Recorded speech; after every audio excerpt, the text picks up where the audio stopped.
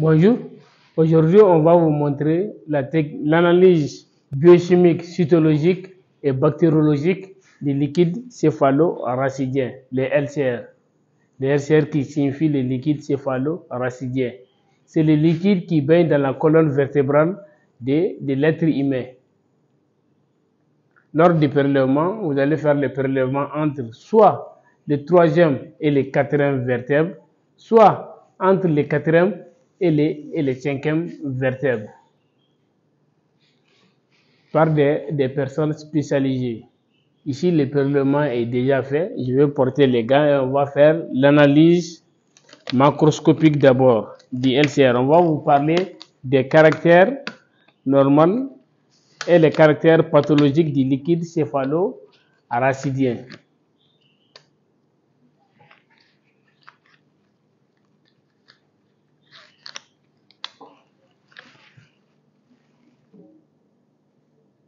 Maintenant, vous allez voir les prélèvements. On a prélevé dans trois types, numérotés de 1 à 3. Le numéro 1, c'est pour faire l'analyse biochimique de l'échantillon. Le numéro 2, c'est pour la cytologie. On va faire une lame colorée au gramme, une lame colorée par les maigrirolles des IMSA. Et l'échantillon numéro 3, c'est pour faire la culture. On va parler d'abord de l'aspect normal du LCR.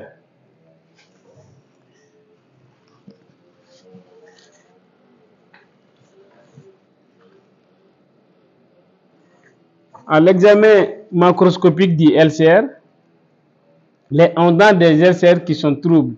Un liquide trouble est toujours pathologique et signe dans la plupart des cas une méningite étiologique bactérienne ou d'évolution aiguë. Maintenant, l'aspect clair du LCR. D'abord, le liquide céphalo-racidien de façon normale est clair comme l'eau de roche. Il peut être clair au début d'une hémorragie méningée. Par exemple, lors d'une infection due au Listeria monocytogène ou au bacille de Koch. Les LCR jaune citrin, ça veut dire xanthochromiques.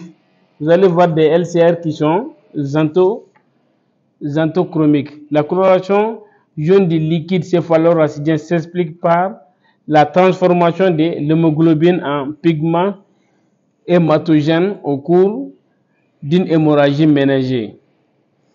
Et on peut avoir aussi les LCR hémorragiques. Ça veut dire que vous allez voir les sangs dans les LCR. Les deux causes sont possibles. Une hémorragie méningée accompagnant ou pas d'une méningite bactérienne ou une rupture d'un vaisseau au cours du prélèvement. Vous allez voir au cours du prélèvement, on peut atteindre un vaisseau qui va causer un peu d'hémorragie. Enfin, la cytologie biochimique permet de distinguer. La cytologie et l'analyse biochimique permet de distinguer une hémorragie méningée compliquant et une méningite bactérienne. C'est ce qu'il faut savoir sur l'examen macroscopique de l'échantillon. De façon normale, c'est clair comme l'eau de roche. On peut avoir des échantillons troubles, les LCR troubles, lors des méningites purulentes. On peut avoir des prélèvements xanthochromiques, ça veut dire le prélèvement sera jaune citrin. Nous allons juste prendre, après je vais vous montrer les valeurs normales de la biochimie. Vous allez traiter l'échantillon numéro 1 dans votre spectro comme vous dosez les autres substances biochimiques. Vous allez doser les glucoses et les protéines. Les glucoses, quand c'est présent dans les LCR, on appelle glycoarachie.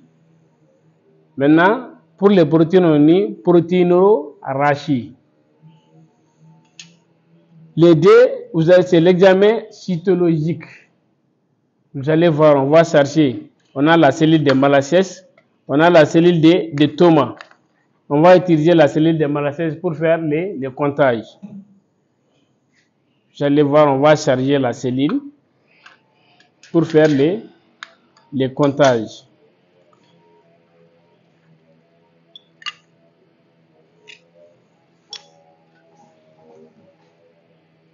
Vous allez voir, on va charger la cellule des molasses. Je vais mettre une goutte ici, d'abord. C'est pour adhérer la lame à la cellule. Vous voyez?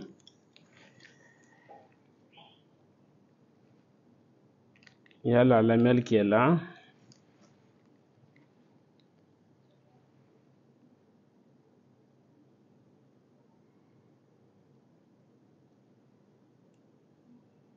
Vous voyez? Et ça ne tombe pas. Maintenant, lorsque vous avez devant vous des LCR qui sont purulents, il faut essayer de faire la dilution. D'accord? Je vais charger la cellule de molasses et on va observer au microscope. Toujours, c'est le numéro D. L'échantillon noté numéro D pour faire la lecture.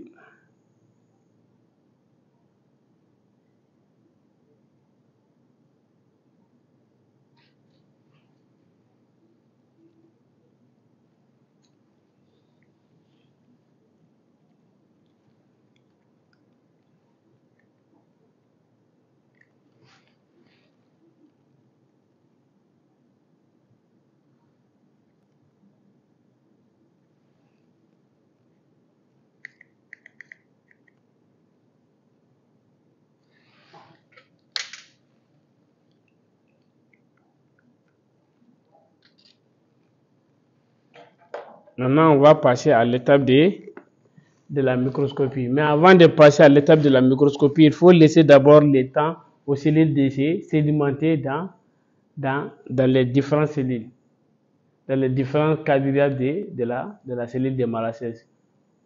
Au minimum 3 minutes. Après, on va faire l'analyse, l'examen microscopique. Vous allez voir les numéros de qu'est-ce qu'on va faire. On va centrifuger maintenant. Regardez. On va centrifuger.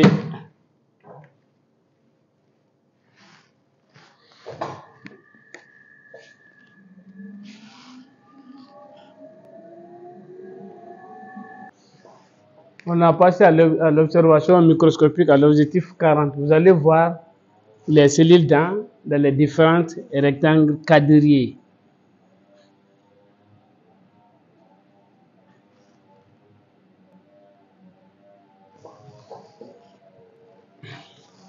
Observez très bien les cellules.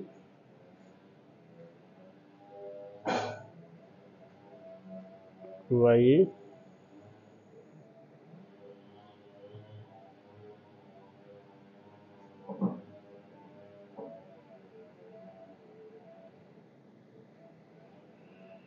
Vous allez voir, c'est le nombre élevé de leucocytes. Avec ça, on ne peut pas compter. Il faudra faire une dilution maintenant pour avoir au maximum 12 cellules par rectangle.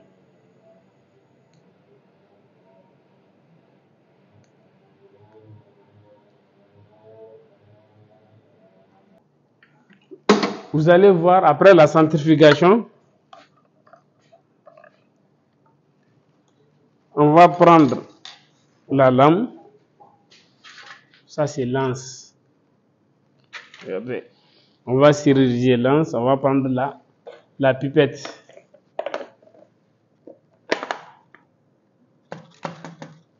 Regardez ici.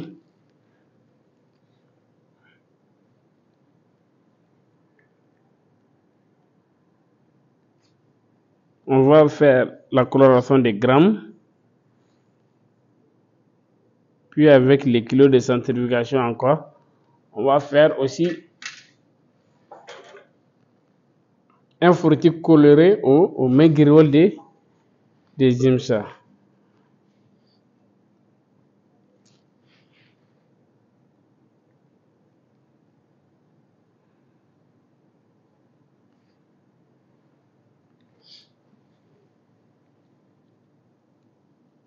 Il faut toujours identifier.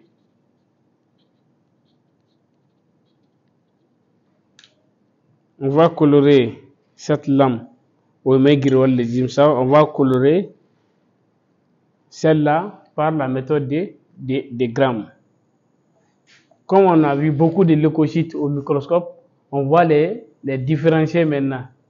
C'est quel globule blanc? Est-ce des lymphocytes, est-ce des polynucléaires neutrophiles, éosinophiles, basophiles ou les monocytes?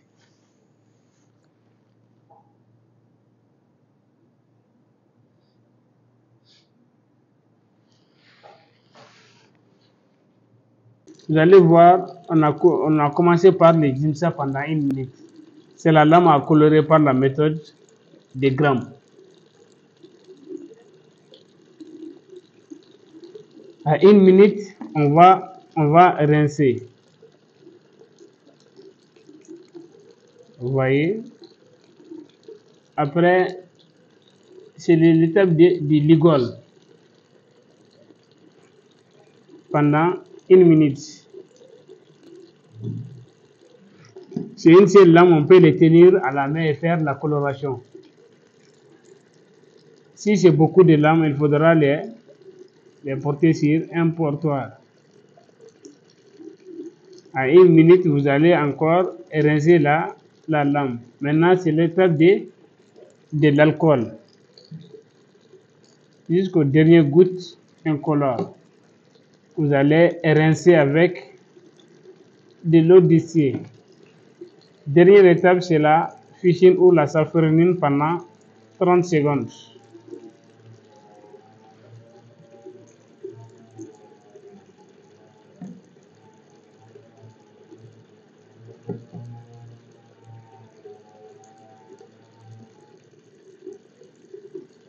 À 30 secondes, vous allez rincer.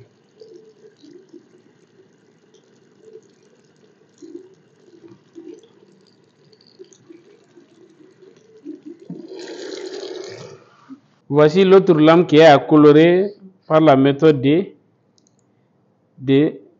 Jimsa. Vous allez rincer délicatement à l'eau. Maintenant, on va passer à l'étape de la microscopie des lames. On va laisser sécher d'abord.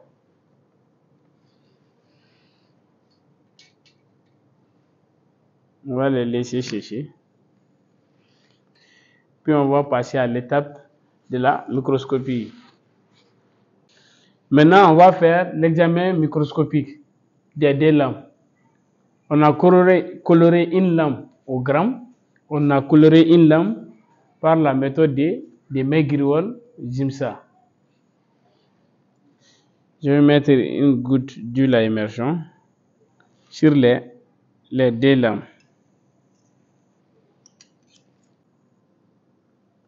Vous allez regarder dans les champs ici, on a des lymphocytes, on a des polynucléaires aussi.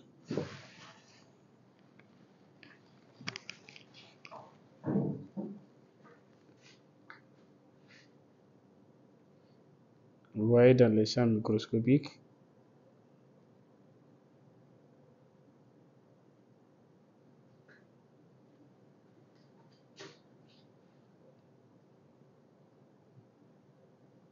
À l'intérieur, regardez cette cellule. Vous voyez, avec des grosses granulations qui tendent vers l'orange. Il a deux lobes, vous voyez. Ça, c'est l'image microscopique de la lame qu'on a colorée au gramme.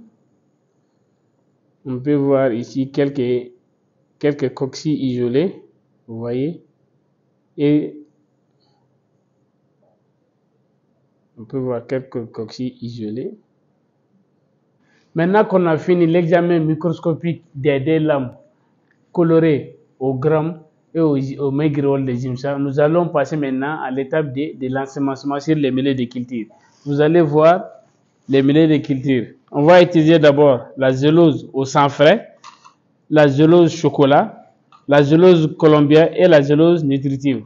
On va les accompagner par les bouillons nutritifs aussi. Maintenant, le type numéro 3, l'échantillon numéro 3, c'est ça qui est destiné à la culture. On va chirurgier l'anse d'abord. On va prendre type de transfert stérile. Vous travaillez toujours à côté du bec benzène ou dans le cas contraire, vous allez travailler sous une hotte ou si vous avez du charbon. Regardez très bien, vous voyez. Voici les différents milliers de cultures. La zélose au sang, la zélose chocolat, la zélose colombien et la zélose nutritive. Bien sûr, on peut ajouter d'autres milliers encore selon les germes qu'on a vus au microscope. Mais pour les LCR, qu'on voit des germes ou qu'on ne voit pas au microscope, qu'on voit des bactéries ou qu'on ne voit pas, on doit ensemencer systématiquement. La culture est systématique pour les LCR.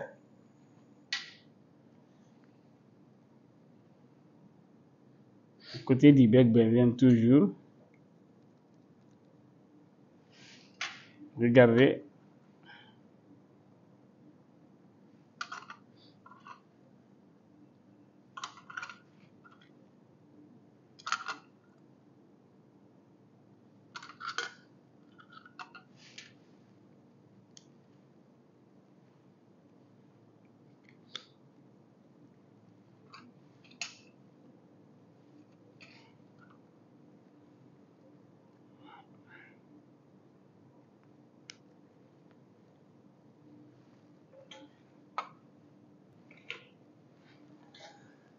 Maintenant, une fois que l'anse est chirurgié, on va laisser un peu refroidir.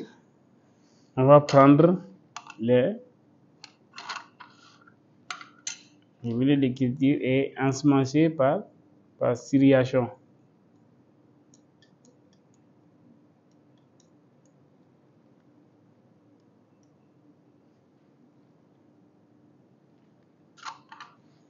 On va chirurgier encore.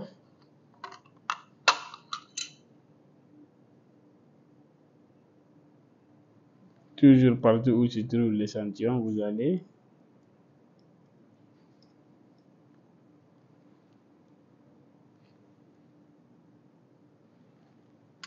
on va chirurgier encore.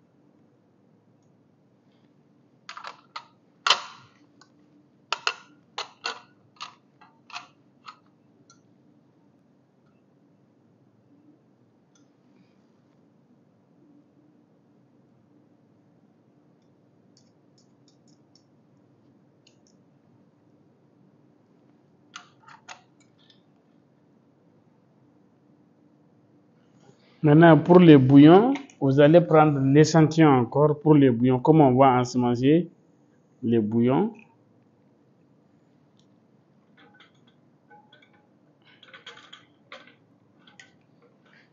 Regardez.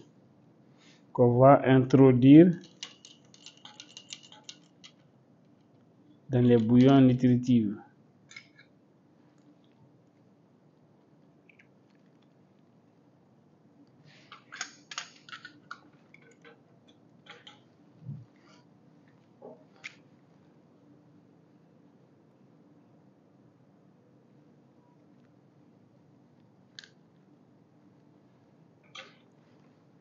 Maintenant que les millets sont ensemencés, on va mettre la date.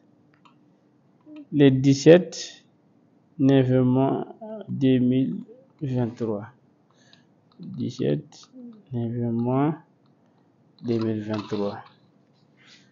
Le 17 9 mois 2023. Le 17 9 mois 2023.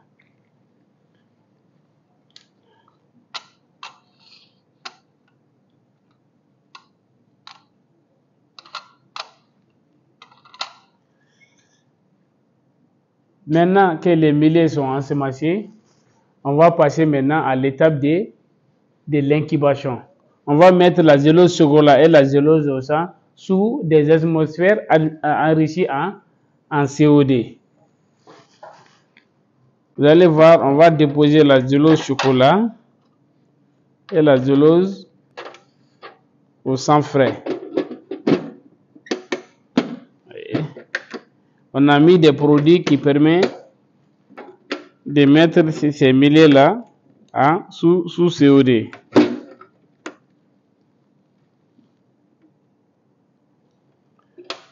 Maintenant, on va passer à l'étape de l'incubation à l'étive. On va incuber à 37 degrés Celsius pendant 24 à 48 heures. Vous regardez l'étive.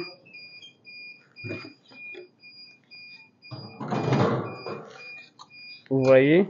Et là, la zélose nutritive aussi.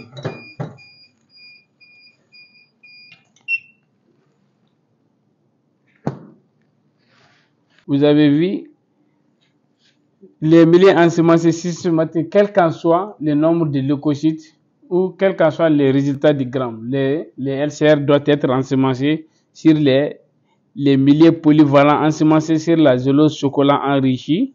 On l'équipe à 37 degrés pendant 24 à 48 heures sous COD.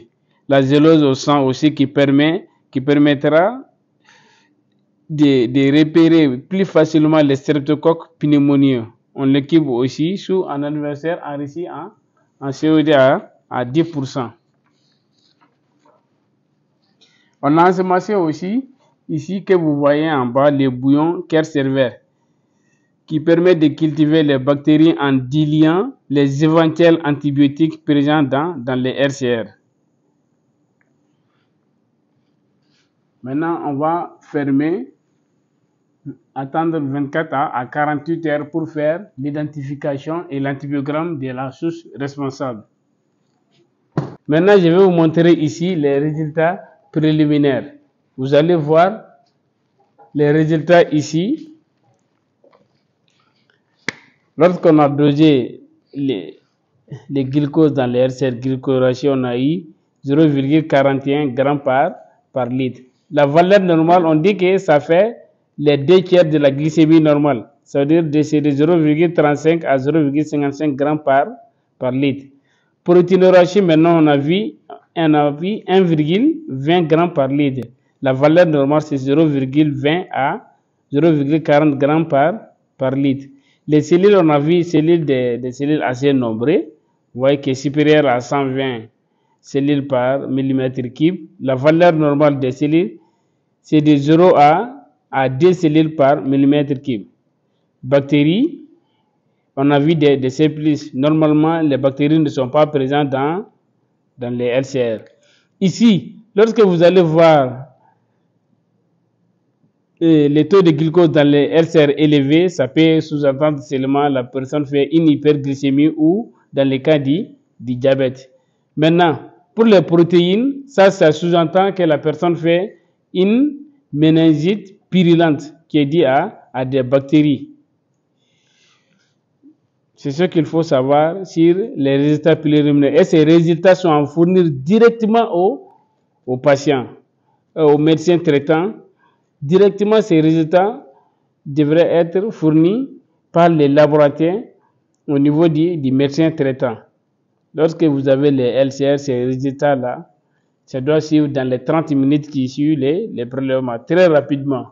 Ce sont des analyses d'urgence.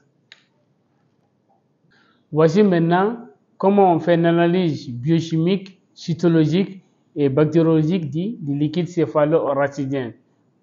C'est dans le cas du dépistage de la méningite.